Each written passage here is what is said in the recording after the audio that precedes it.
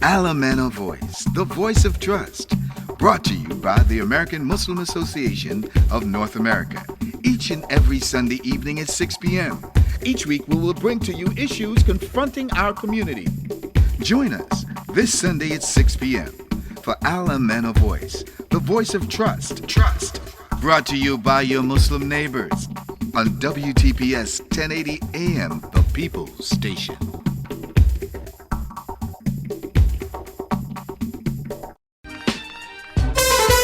News Talk 1080 AM WTPS, Coral Gables, Miami-Dade, Broward, and the Palm Beaches. The People's Station. أعوذ بالله من الشيطان الرجيم بسم الله الرحمن الرحيم. In the name of Allah, the Beneficent, the Merciful. الحمد لله رب العالمين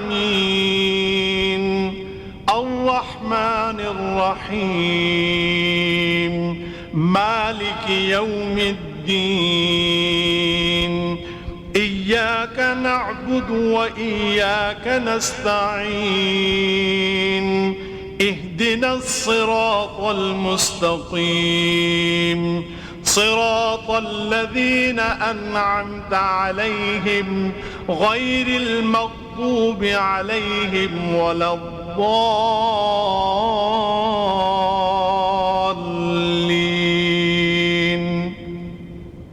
Praise be to Allah, Lord of the worlds, the Beneficent, the Merciful, Owner of the Day of Judgment. Thee alone we worship, Thee alone we ask for help. Show us the straight path, the path of those whom Thou hast favored, not the path of those who earn Thine anger, nor of those who go astray.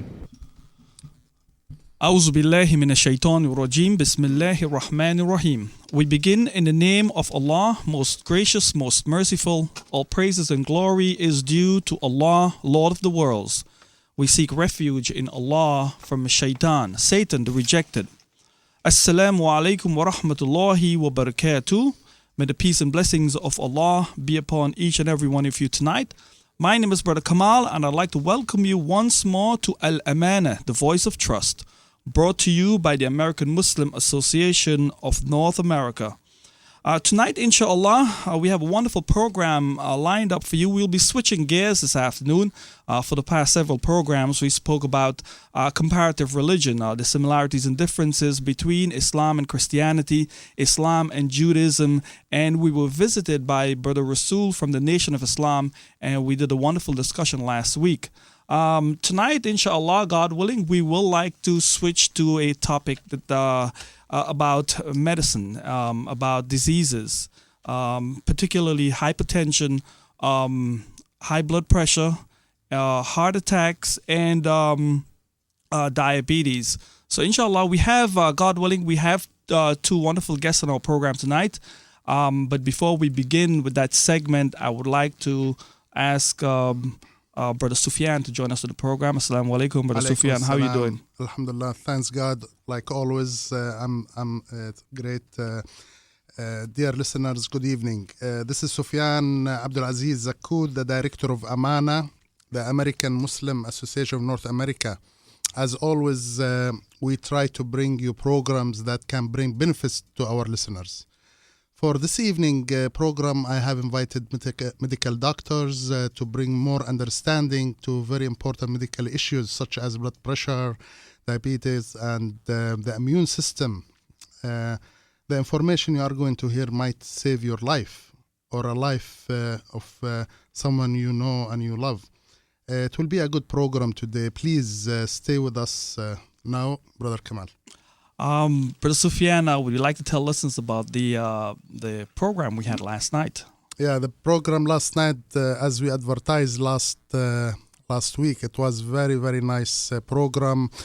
The auditorium was full of people.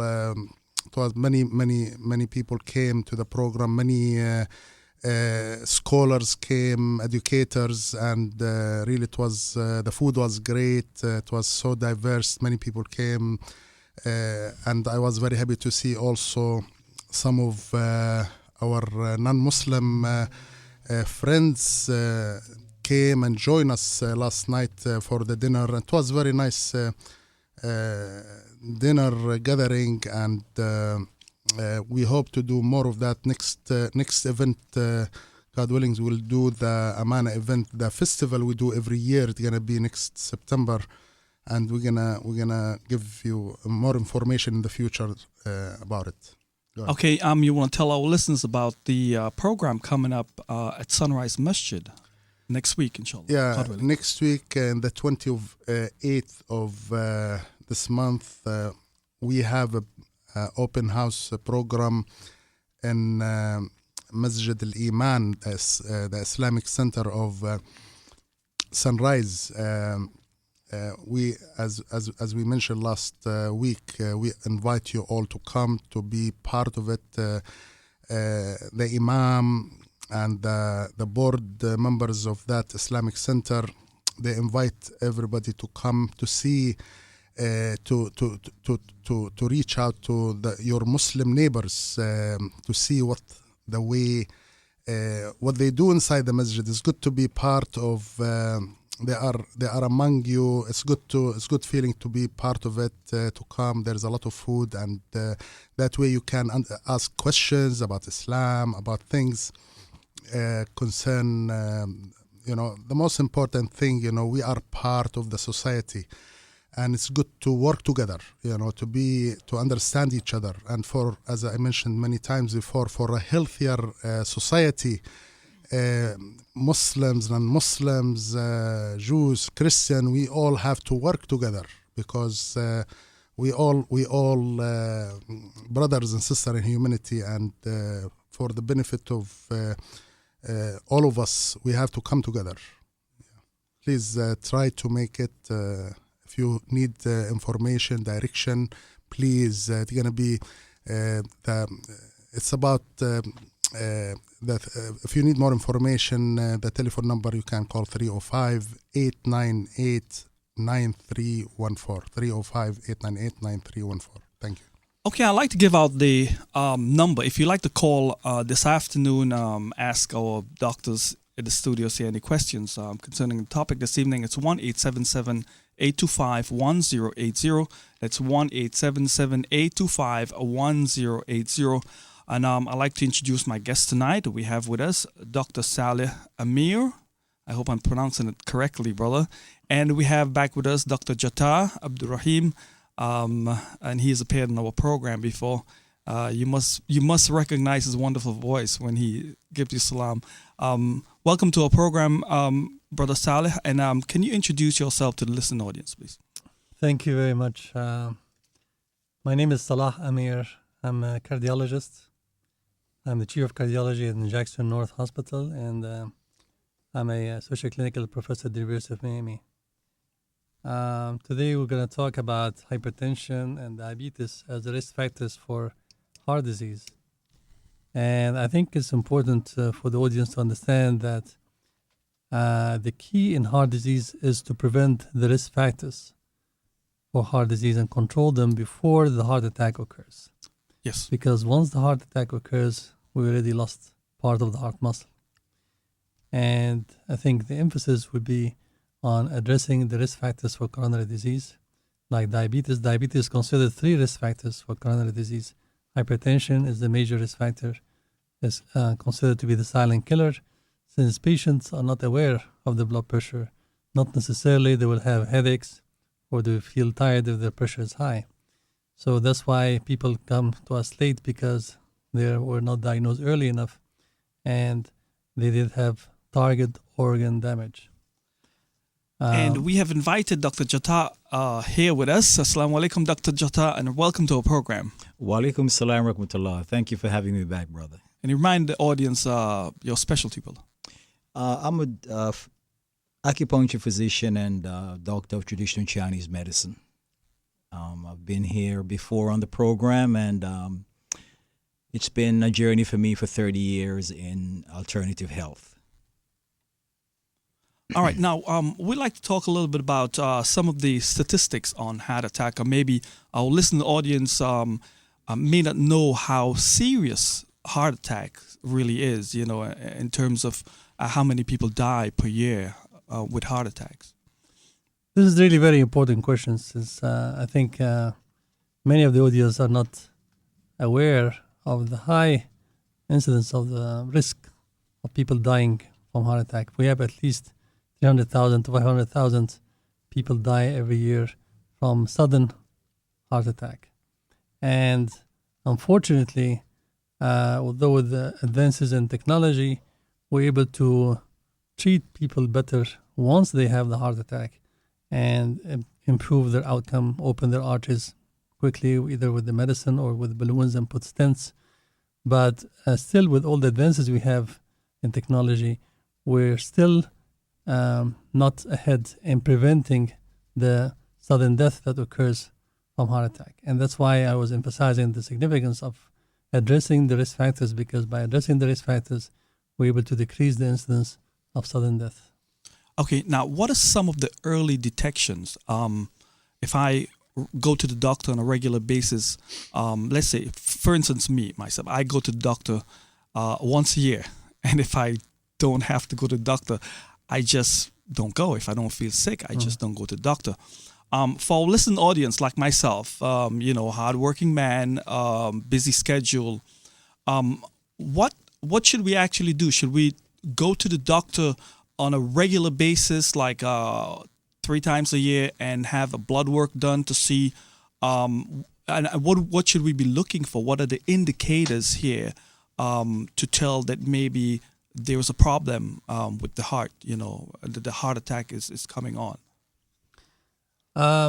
Well, to be accurate in answering this question, first we have to divide the population to high risk, intermediate risk, and low risk. The high risk population are those who have strong history of heart disease in the family, who have history of diabetes, have high blood pressure, have high cholesterolemia, hyperlipidemia, they are smokers, are overweight.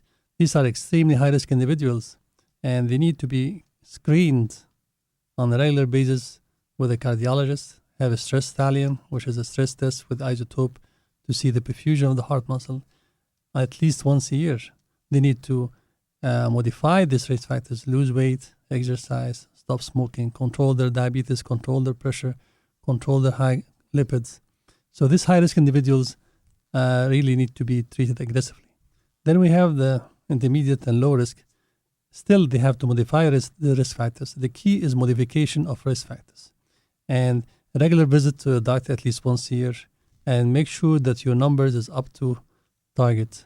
We have all the numbers published in the American College of Cardiology, American Heart Association guidelines. It's on the internet. Everybody should be aware what's the target heart rate, what's the target blood pressure, what's the target cholesterol. And we should all reach to this target by adhering to good diet habits and exercise, healthy food, avoid fast food, and do just the right thing for our health. Okay, Dr. Jota, I'd like to hear your input on the topic of preventative medicine, preventing heart attack and diabetes. And yes, my esteemed colleague here, Brother Amir, stressed the fact of preventing the risk factors, and that comes full circle for us in preventative medicine in our lifestyle that we live. The premise of one of the premise of alternative medicine is that we live between the heaven and the earth. So whatever happens above affects us, whatever happens on the earth affects us, and whatever happens beneath the earth affects us. So if we can tune ourselves by, for instance, eating in season, eating the fruits in season, proper nutrition, thinking clearly, having some type of a belief system that we're going to nourish the core of our being, the heart, proper exercise, and these things have been around for thousands of years. There is treatises written on specific way to exercise that could move certain parts of the body, accent different energies in specific organs. We have to align ourselves with a lifestyle like that, which would make us balanced individual. Now, Deterioration comes for everybody. You know, everybody will somehow deteriorate in life. But it behooves a person to really gather knowledge of life's everyday rhythms and practice those things to prevent the pitfall or risk of damaging our health. It's a very, very long subject, and it's a very simple one because it's the things we do every day. Yes. How to chew your food, how to eat properly, how to combine foods, how to exercise, how to get proper rest with the life we live. It's a challenge for all of us. It's easy to pick up a burger on the road, and you're going to be saturated with unsaturated fats. You're going to sit down in an office, you have no exercise program. Eventually, the arteries are going to get clogged. So I'm fully agreeing with my physician here about preventing the risk factors. Yes. Once it gets to that attack stage, it's very difficult then. 1-877-825-1080, 1-877-825-1080. If you have any questions for our doctors here at the studios, please give us a call. Now, I would like you, Dr. Salah, to separate fact from fiction because there's a lot of, fact and fiction all mixed in. You hear that certain things causes heart attacks and certain things doesn't. Certain things causes diabetes and certain things don't. For instance, cholesterol. You hear a lot about cholesterol and keeping the cholesterol low. If someone has a high level of cholesterol, is this one of the precursor to heart attack? Absolutely, and I'm glad you asked this question because if you look historically, our diet habits have changed a lot, and now we're eating more high-fat diet and less vegetables, and we exercise less. So we're doing all the wrong things, and that's why our diet contributes to a lot of the high incidence of heart disease in the community now.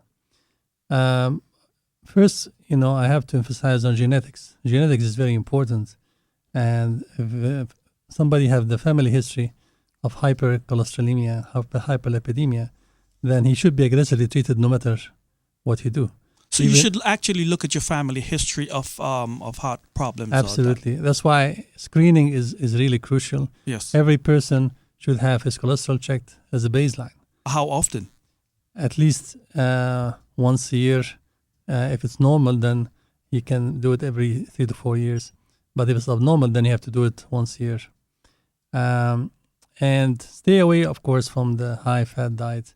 Stay away from the high carbohydrate diet. We should increase intake of vegetables and fruits. Right. And just go back to nature.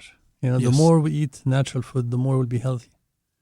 The more we exercise, the more we stay away from stress, the way we stay away from smoking, the way we'll be much healthier and we'll perform better. Okay, Dr. Chata, we're at the grocery store. Let's be very, very factual. What are some of the food stuff we have to stay away from that are high in cholesterol, and give us some advice on some of the things that are better for our health and, putting food on the table? As Dr. Tracy said the last time that I was on the program with him, if it's if it's not made by the creator, don't eat it. So McDonald's, I don't know why we're going there, because if you read the book about how they formulate McDonald's foods, there's very little food value in it. Yes. So, if it flowers and it brings forth a fruit, if it flowers, it's a fruit. So tomatoes are a fruit, eggplants are a fruit. Anything that flowers, it's a fruit, so eat that. Anything that bears now. Mangoes are just coming in right now. We shouldn't be eating mangoes back in January or February. It's not grown in our area. So eat things that are in season. It's so simple. And the example of Muhammad, peace upon him, is the best example of all. Another very, very important thing, I'll get back to what you said there, Brother Kamal, is dealing with the stomach. Very, very small organ. It's the size of our fist. And it's said in Islamic tradition that we should eat one third the value of the stomach in food, leave 1/3 for water, and leave 1/3 for air. Yes. That means we shouldn't really be drinking more than 3 to 4 ounces of water when we eat. And after we've done that, we have to leave the gut for maybe 2 hours before we put anything else into it, for that to churn the food, break it down, and, pass it through the intestinal tract. So we have to really get back to the, it's redundant to say this, but the simple things, chewing it properly, Yes. taking time to do that, But sharing it with others. Dr. Jota, in this fast-paced society in which we live, a lot of us are driven to the TV dinners, and it's probably in most cases not by choice, because you have to meet the demands of the jobs and the income and things like that. So I know a lot of our listening audience are like me. I mean, I don't eat food out of a box. I heard sometimes the box tastes better than the food, so I won't touch that. Nice. But on a practical aspect, what advice do you have to even for some of our listening audience to get even close to what is natural? Again, brother, I'm living life like you. I have demands like you: family, jobs, community work. But I have to make the time for myself to prepare my food. I really have to do that. I think that I really have to answer to Allah if I don't do that. Yes. Because at least I have control about what goes into my palate. I was at the market this morning. It's a wonderful experience to get up on a Sunday morning, go to the market, purchase your food, look at the bounties of Allah. Yes. Look at the different varieties of greens and fruits. Bring it back to the house, prepare it. I prepared my food for tomorrow already, God willing. So it's a matter of prioritizing your particular importance in life. And if we take back a few of these small little controls in our lives, it really goes beyond that. We will be more contented with ourselves. We'll have more self-assurance, et cetera, et cetera, et cetera. So we have to take charge. Yes, we do. And it's just it's really incrementally for 10 minutes a day, 20 minutes a day of the 24-hour day, we can take to organizing our Okay, 1-877-825-1080. That's 1-877-825-1080. We have a caller on line 2. Omar, hello, you're on the air. Hello, I just happened to turn on, and this is a wonderful program. I come from a small West Indian island, and I'm in. I don't know where you are, but I'm in Florida right now, southern Florida. And this may not be pertinent to the subject you're talking about, but do you, one of you, an interventional cardiologist? Right. Yes. Present. You are? Yes. Okay. We are in the throes of an argument on my island about they want to start a catheterization laboratory. The argument is that unless you have a full surgical facility to handle complications, forget about just doing a cath lab. Could you explore this briefly for me? Whether you think it's advisable to go ahead and do a cath lab and then have to ship patients off island to Miami, for example. Where are you located? Miami. Oh, you're okay. Well, I'm in Cayman Islands. And we're having a real heated, you know where the Cayman Islands are? Yes, I've been there. Yeah, we're having a heated argument right now about starting a cath lab. And then the people against it say, well, you need a surgical facility in case you perforate a vessel or some such complication. Could you... Right. Well, the standard of care in the community as we speak, most hospitals in the United States will perform a cardiac catheterization without the surgical backup. But if it comes to intervention and fixing the coronary artery, then the majority of hospitals till now will have a surgical standby in the hospital. However, excuse me a moment. Are you saying that the majority of hospitals do have a standby? The majority of the hospitals that perform angioplasty will have a surgical standby in the hospital. However, in the house. However, the trends have changed, and since the treatment of heart attack became more aggressive now, thrombolytic therapy, as you know, is being out of favor. And heart is muscle, as we say, So there is a new concept of door to balloon 90 minutes, which is mean that the time the patient comes to the emergency room that we put the balloon in his coronary should not be more than 90 minutes. So some hospitals in the United States have got an agreement with the state officials to do cardiac catheterization angioplasty without surgical backup in the hospital, but provided that they have within 1 hour another negotiation with the hospital that has a surgical facility.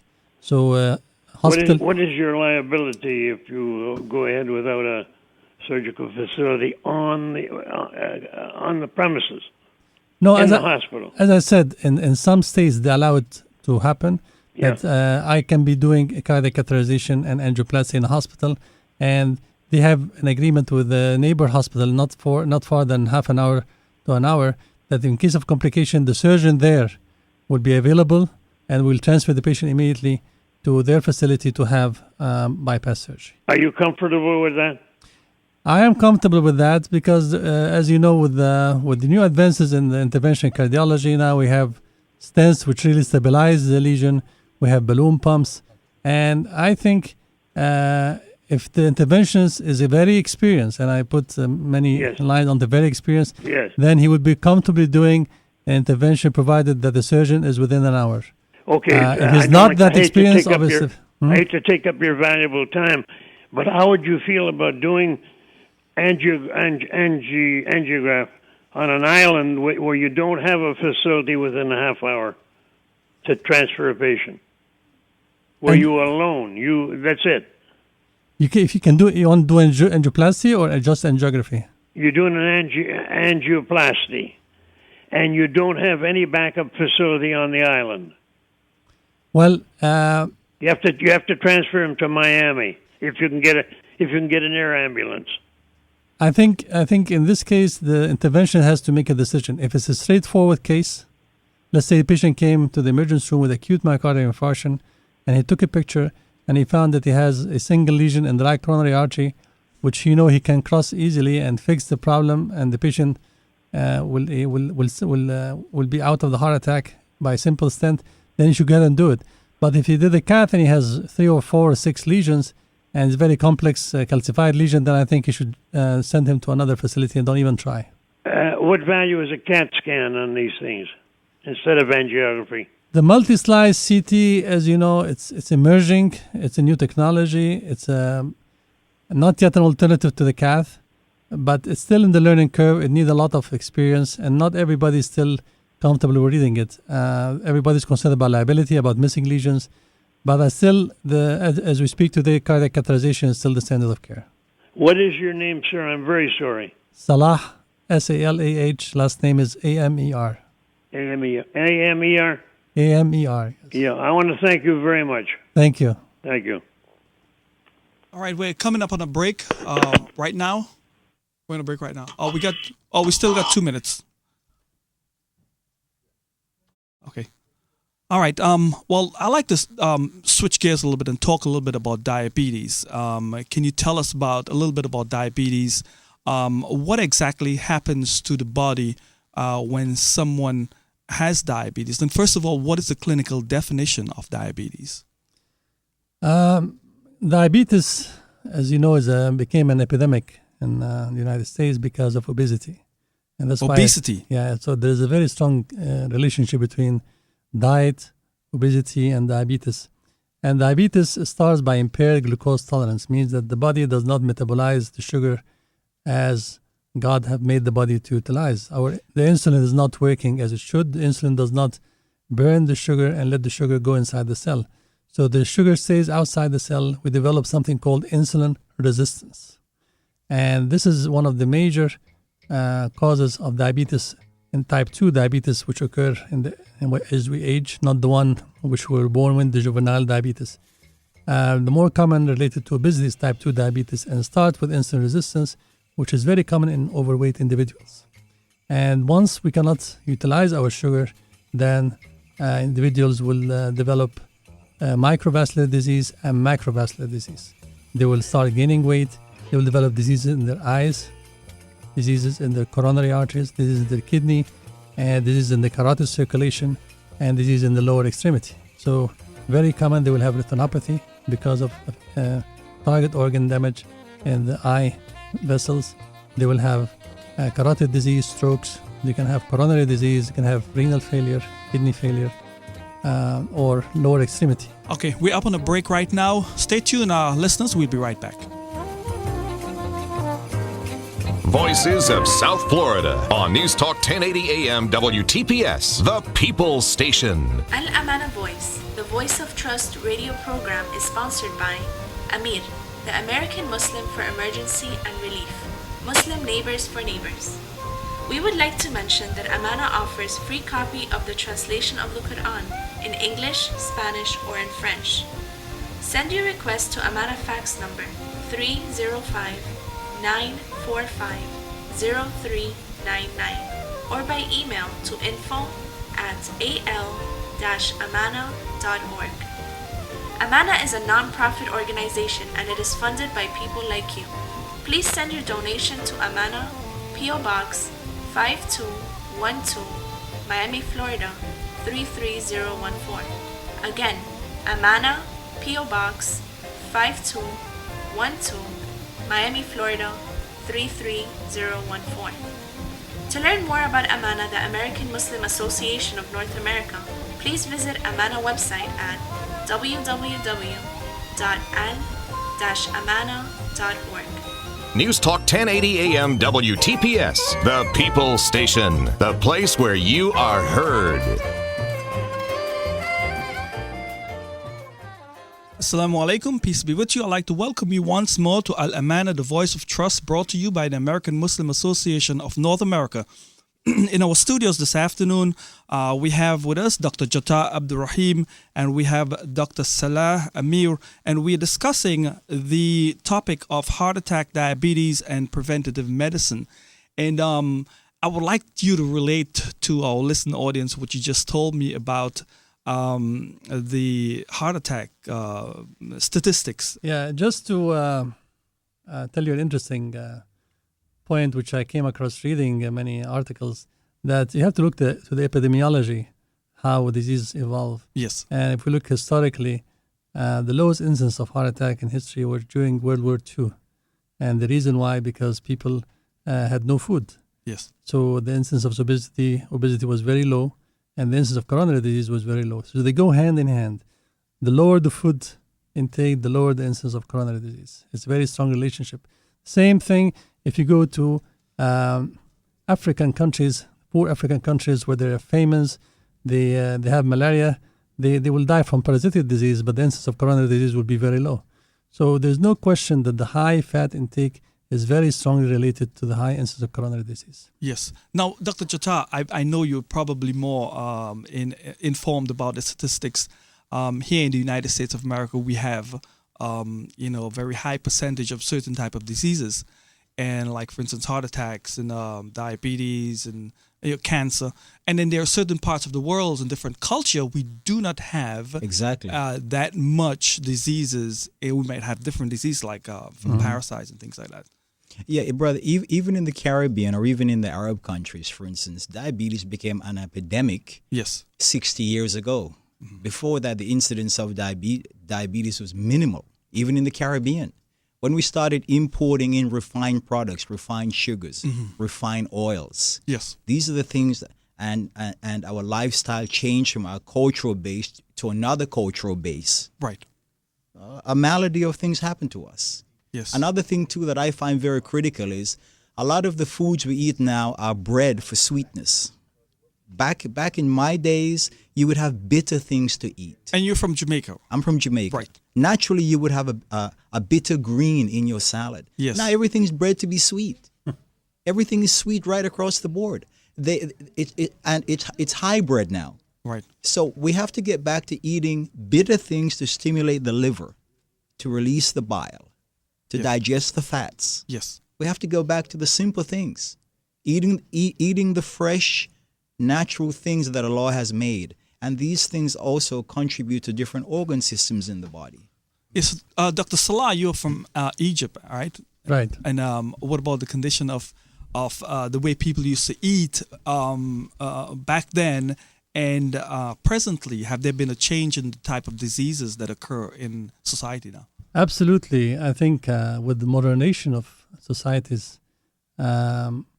things are good on one side. Knowledge is coming, information technology, computers, all this is a positive. But the negatives, people exercise less. They stay in front of computers for a long time. They watch more TV. And once you watch TV and watch these ads of food and fast food, then they acquire bad habits, like staying in front of the TV and eating junk food. And that's basically happening every single food. I'm sure you have children. Your children, instead of eating the food what their mom prepared, they want to eat the snacks. And the snacks are very dangerous, but this is what they like because this is what the TV shows. Yeah. So really, I think we should address it from a national level. I think the TV is of a great impact, and the children are like sponges. They sit in front of TV. Whatever they watch, this is what they want to eat. They don't want to eat what's their mother cooked. They don't want to eat what is on TV, which is extremely dangerous, have high saturated fat, and a lot of free radicals which damage their vessels. We've seen coronary disease very early in small individuals because of bad dietary habits. Dr. Salah, I would like to ask you a question. Now, what's your advice for someone who is alone, like driving a car, walking in the night, there is no people around him, and all of a sudden he felt there is hard pressure in his chest and like heart attack. What do you recommend for a person who's alone, nobody around him? What should he do? That's really an excellent question because the warning signs for heart attack, many individuals are not aware of it. Of course, if the individual, whether it's a man or a woman, develop chest pressure or heartburns or just discomfort in their chest, this should be a warning sign. They should call 911. They should go to the nearest hospital. You don't have to have the typical chest pain that you think is heart attack. Heart attack can present just with uncomfortable feeling, just with indigestion. Very common. Even people go to the emergency room and get missed because they said we were in the restaurant and we feel nausea and vomiting and indigestion. And the nurse can miss the diagnosis and tell them, no, you wait, you don't have a heart attack. Let's wait for the gentleman with chest pain. And turn out that the guy with the nausea, vomiting, and indigestion is the one having a worse heart attack than the other person which have just a muscular chest pain and not related to his heart. So very important to look at the whole individuals. Individuals, again, with risk factors. If somebody have diabetes, have high blood pressure, have high cholesterol, and then he have an indigestion feeling after a meal or not related to a meal, then I should be very suspicious. We should be very careful not to miss a heart attack because picking a heart attack early can really save lives. And the longer we wait, we lose more muscle. So definitely any individual with uncomfortable feeling, sweating, dizziness, shortness of breath, especially in women. Women have very classic non-typical symptoms of heart attack. They don't get the classic pressure in the chest. Women can tell you, I have just some sweating, some dizziness, some shortness of breath. And this would be their symptoms. They should definitely go to the emergency room and address the symptoms. Okay, I got email like about 2 weeks ago that an advice for somebody who's having heart attack. Is it true that it's the best way to do because you are alone, you can't get immediate help? Can you, like moving your arms ups and down will help? No, is that true or no? Just well, see, you have to look at the heart attack means supply and demand. Yeah. So the heart muscle is telling you that the blood supply is low, so and the oxygen is low delivered to that muscle. So that's why you have the pain. So the only thing you can do is just call 911 and get the ambulance to give you medicine under the tongue, to give you some medicine in the vein. But moving your arm, you're going to increase the work, and you're going to run out of your oxygen. So it's going to actually hurt you. Yeah. If it's from your heart, you should be just resting, call 911. And if you have medicine in your home, like sublingual nitroglycerin or blood pressure medicine, check your blood pressure, check your heart rate. But definitely you should call for help. Brother Jata, Dr. Jata, please, what do you recommend about the immune system and diabetes and high blood pressure? The spleen pancreas in traditional medicine deals with, which is two of the factors in diabetes, these particular organ systems in the body. And they also contribute to the immune system. The spleen makes the blood, supplies calcium to the bones, and many, many other factors. So the immune systems, and if you have a healthy immune system, the organs of concern for diabetes would be primed. So it's unlikely that you would get diabetes, Allah knows best, if your immune system is healthy, because it really starts from the spleen, pancreas, in order to supply good nutrients, break down the nutrients, and distribute it to, all over the body. But I just had a memory flash here about diabetes. When I was a boy in Jamaica, the village would, the diabetes test in the village would be to urinate and leave the urine in an ant's nest. If the ants festered around the urine would have sugar. Now, that would be, my village was about maybe 90 people, and the next one was about 250 people.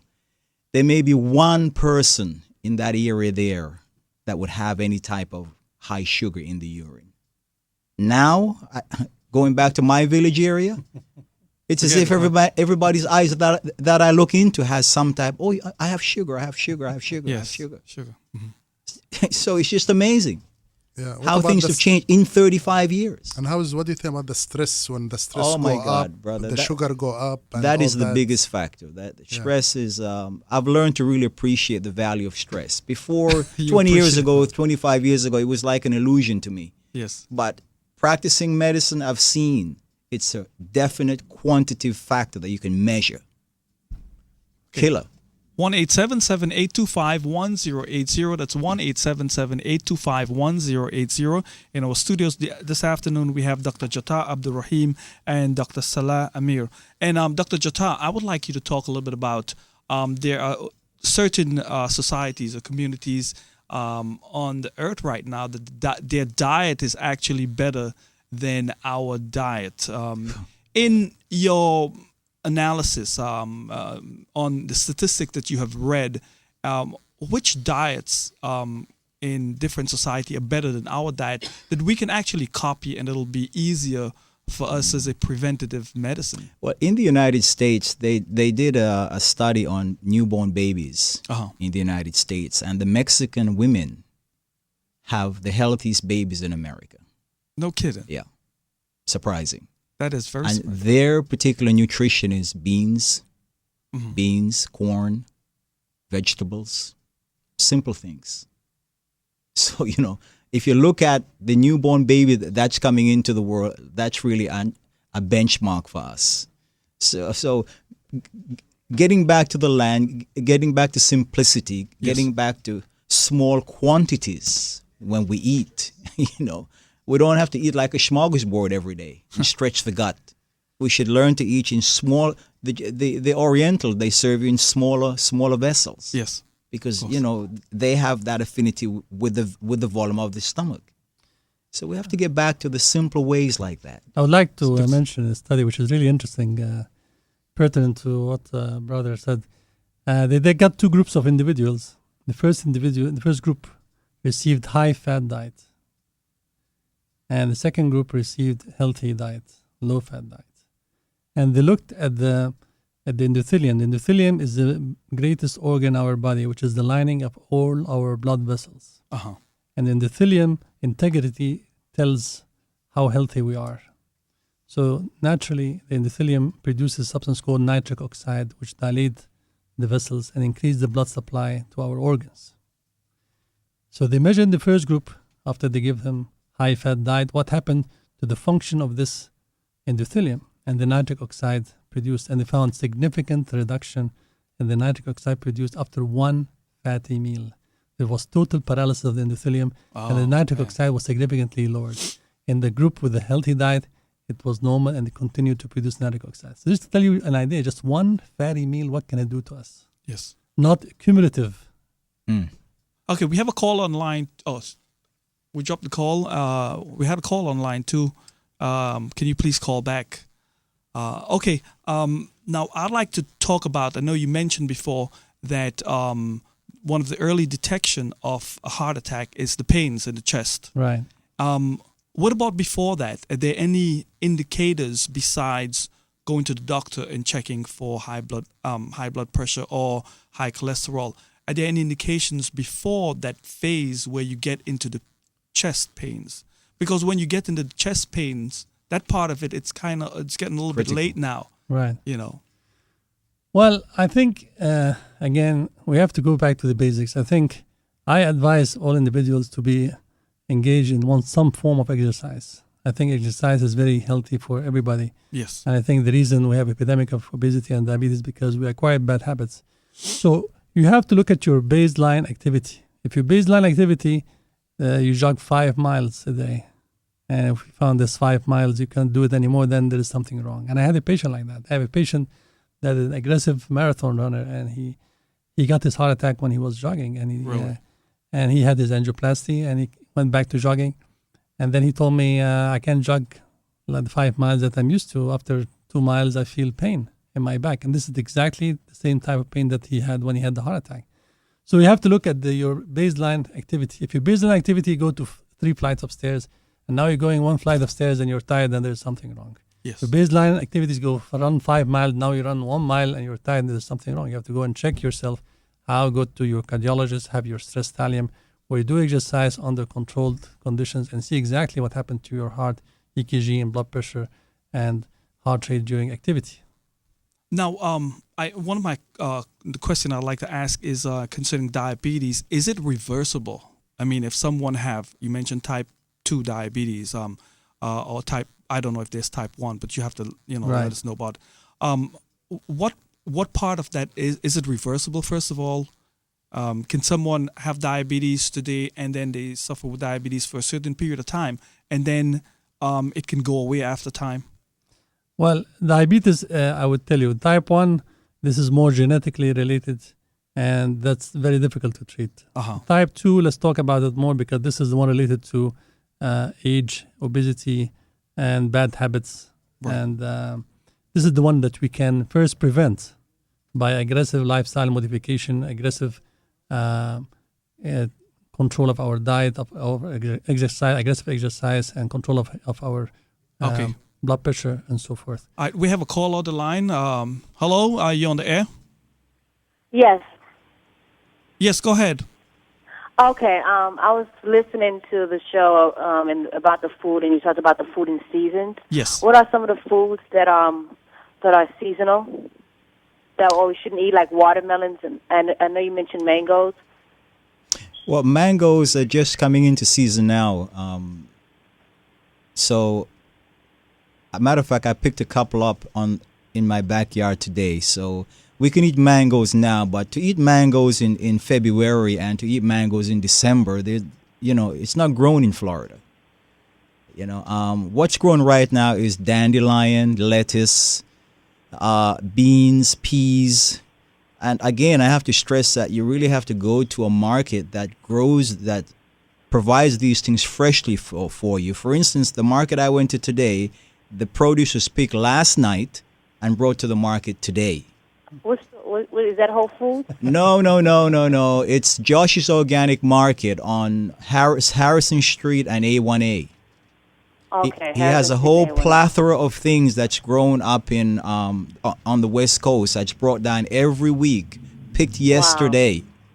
So when you come, you'll see the endless variety you have of things in season now, which you would never know if you went to Publix. Yeah, the thing is, I'm actually, I guess, that the name is called vegan.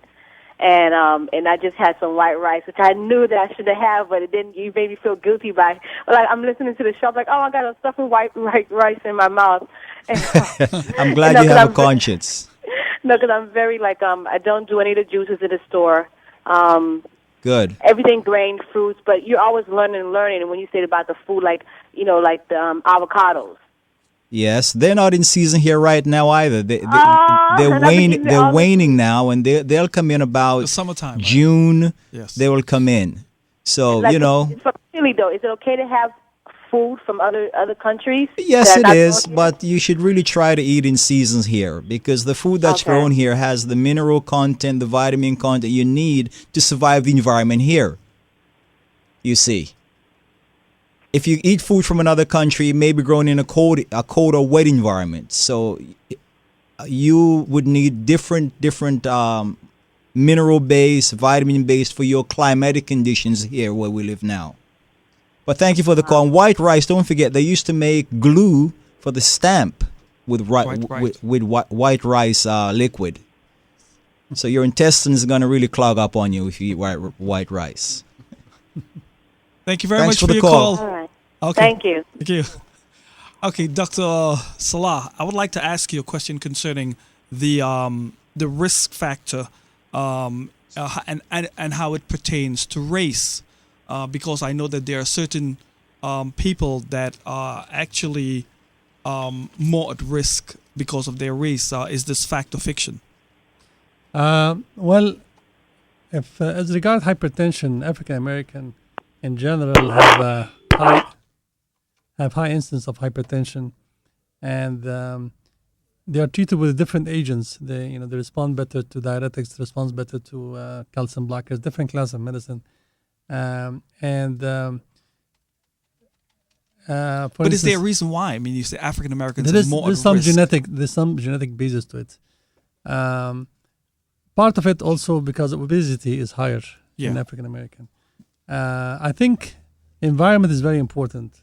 Like if we look at the Asian community, they used to have low incidence of coronary disease. Now it's getting high because of change in the environment. There is a lot of fast food chains that are opening now in India and China, and they're smoking more. And there's an epidemic of diabetes in India, which they never really had before because of the change of the fast food. They never had this big change of fast food like now.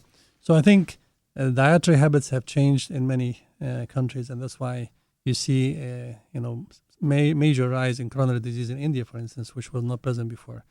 But regarding the United States, obviously the states with high incidence of obesity, you have more coronary disease. Yes. Now, is it true to say that Dr. Jatta, being a Jamaican American, is not much as risk as would African Americans? Or what about people from Africa?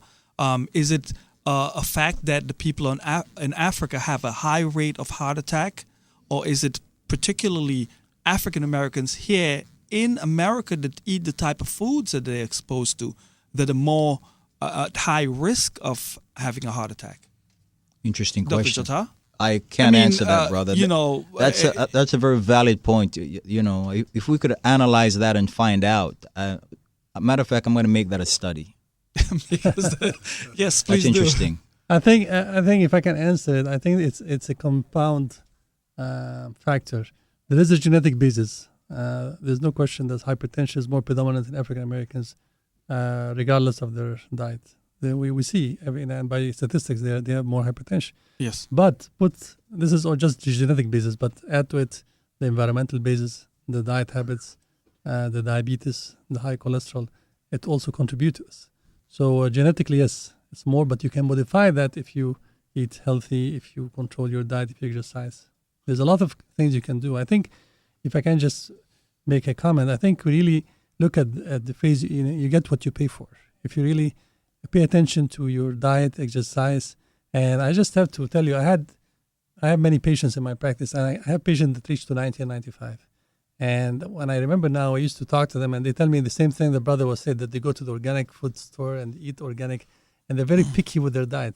I have also 30-year-old individuals which are in the hospital every day with heart attack and hypertension and diabetes because they don't pay attention to their diet. They eat junk food. They really don't listen to the common sense. So it really, you get what you pay for. If you're very picky about your diet, you will be healthy. If you're not, then you'll pay for it. We have 30 seconds left on the program. Can you give out your information if people want to contact you? Yeah. My name is Salah Amir. I'm a cardiologist. My practice is in 1380 Northeast Miami Gardens Drive, Suite 140. I'm Chief of Cardiology in Jackson North Hospital, and I'll be more happy to answer any questions. And your phone number? Phone number 305-948-3990. Dr. Jatta. Yes, my number is 786-222-9526. I have a small practice in Hollywood, Florida. If you call the number, we could give you the directions to the clinic. Thank you very much. I'd like to thank you, brothers, for appearing on the program. There's lots of questions I have, but we don't have any more time. Thank you all for listening, audience, and please tune in next week, inshallah. We'll have another program similar to this. Until then, may the peace and blessings of Allah be upon each and every one of you. Assalamu alaikum wa rahmatullahi wa barakatuh.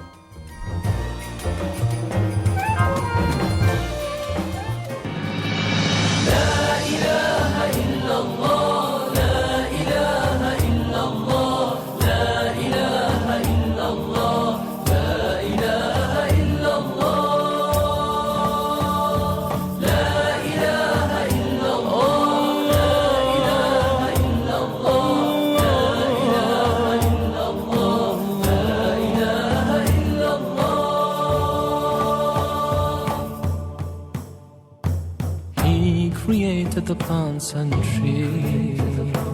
He created the birds and bees. He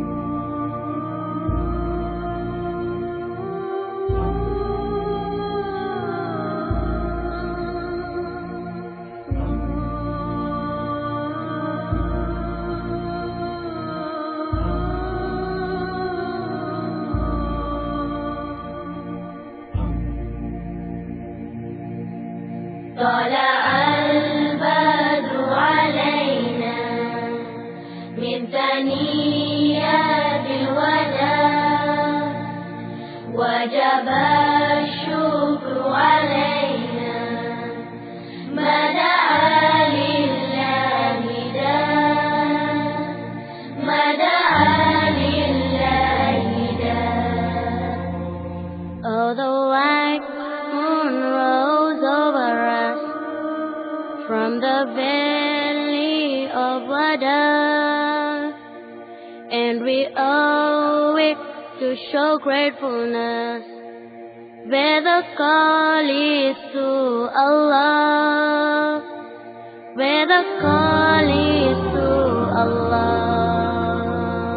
أيها المبعوث فينا جئت بالعمر المطاع جئت شرفت المدينة مرحبا يا خير داع مرحبا يا خير داع.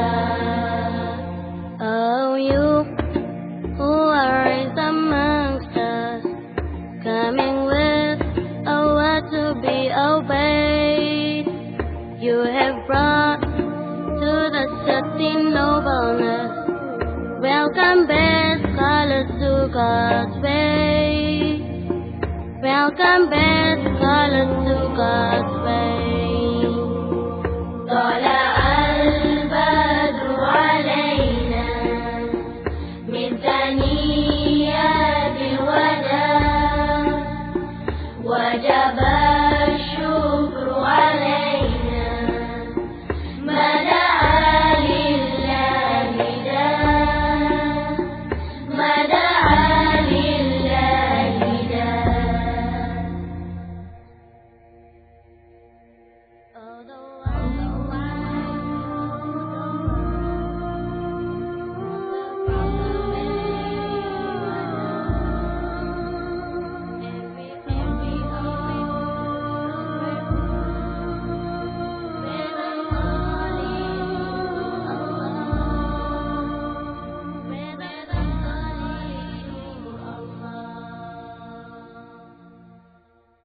سبحان الله والحمد لله ولا إله إلا الله والله أكبر ولا حول ولا قوة إلا بالله العلي العظيم. Glory be to Allah, all praise to Allah. There is no God but Allah.